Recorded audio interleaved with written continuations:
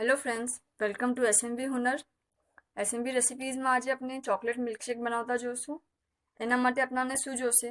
1 glass દૂધ, 2 spoon શક્કર, cocoa powder, chocolate syrup, chocolate ice cream, dark chocolate યા normal chocolate for garnishing. કઈ तरह બનાવશું? બ્લેન્ડરમાં આ સબ ચીઝને નાખશું અને 1 મિનિટ માટે બ્લેન્ડ કરી લઈશું. શું નાખશું?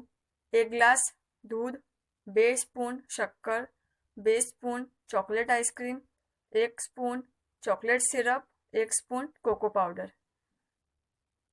પછી ગ્લાસની દીવાલ પર ચોકલેટ સિરપ સ્પ્રેડ કરશું ડેકોરેશન માટે. પછી જે બ્લેન્ડરનું મિક્સચર છે જે આપણે તૈયાર કીધું એને આપણે ગ્લાસમાં નાખી દઈશું.